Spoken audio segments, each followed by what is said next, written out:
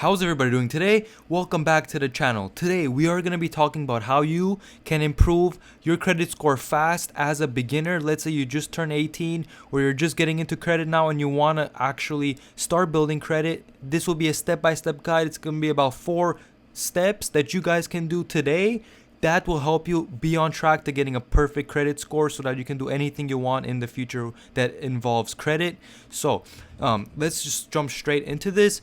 I'm going to be recommending a credit card for beginners as well that I use personally, and that would definitely be the Discover It card, because that was when I turned 18. That was the first card I got, and I got approved for it right away.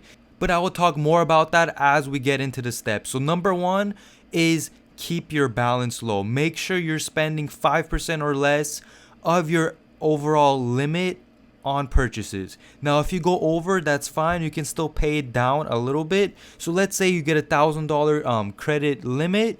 Make sure you're only spending about $50. I know that's not a lot when you're starting out, but what I did was I just opened a debit card and I used all my debit card purchases until I got my credit limit high enough to where I can buy anything I want and I could use my credit, and it's still being less than 5%. Now, a lot of people say that you can go up to 10%, 20%, maybe even 30%. But if you're watching this video, most likely you want to get it up as fast as possible. So honestly, just buy like a few things, maybe a coffee here and there or a meal every single month, and keep doing that until your credit score is high enough. That will be more than enough. And you're doing this for temporary, for the short term, until you can get a higher credit limit or get a new credit card. So let's jump into the second point, is to get a few zero-fee credit cards. The credit card I got was the Discover It Student, or the Discover It will be good as well. I'm going to leave a link down in the description to the Discover It Student or the Discover It. One link will work for both. And how it works is that, let's say you guys want to apply for this card, there's going to be no fee. So what you want to do with this card is you want to get it and keep it for as long as possible. You never want to close this card. There's no fee, but that's huge because you want to have your credit history. So that's gonna mean, let's say you just turned 18 and you got the card the first day, that's gonna mean that you're gonna now have a credit history from 18 until basically you just stop using credit or you no longer exist. So that is why. And how I got approved for this, let's say you just turned 18, you have no credit history, right? If you go to high school or take college, any type of college class, make sure you select the Discover It Student and apply for that card. If you get the waiting list or if you get the waiting email saying they'll get back to you, call them up. If it's a weekday, that is, call them up and ask them how's the process going, and they should approve you right away. That's if they obviously you put the correct information, stuff like that, and they should approve you as long as you're a student. If you're not a student, then you can try going for the Discover It card, but there's not 100% sure that they might approve you if you've never had a credit card before, that is. But definitely do that. I have a video on my channel.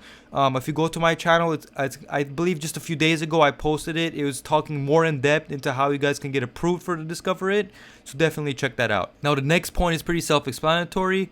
Basically, you guys want to make sure that you're paying your card on time every single month. Now, if you miss a payment, that is gonna be huge, just because that is gonna set your payment ratio down. So let's say you miss one payment, you want to have about a 97 to 98%, if not 100. I mean, you obviously want to have 100%, but 97 to 100% is what you want to have.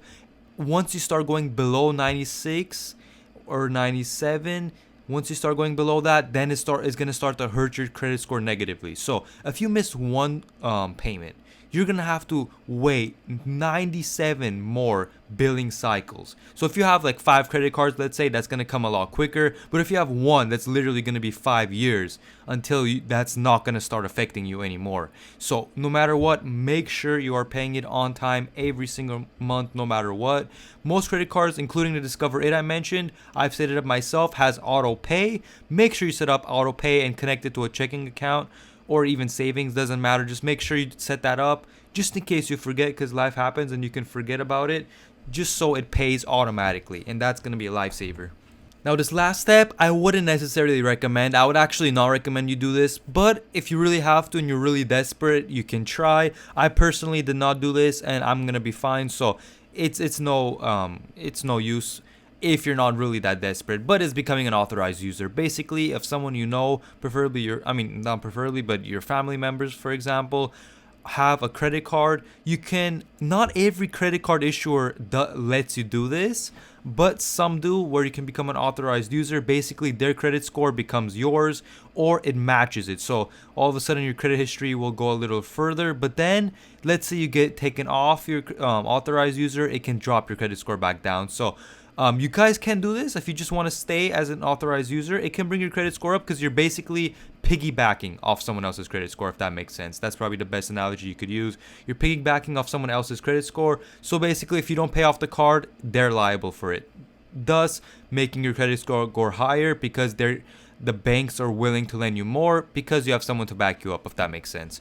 So that is why I wouldn't necessarily recommend being an authorized user, but by all means do it if you must. So there we go. Those have been all the points. Definitely the first three are requirements if you're willing or if you want to raise your credit score as a beginner. So hopefully you guys did enjoy this. Once again, if you use my link down in the description for the Discover A card, you're going to get a free $50 sign up bonus, which is what I did with my cousin. And it worked out pretty well. We both got $50 just as a sign up bonus. So I'm like, why not? I'll take it. So yeah, hopefully you did enjoy. Thanks for watching, and I'll see you on the next one.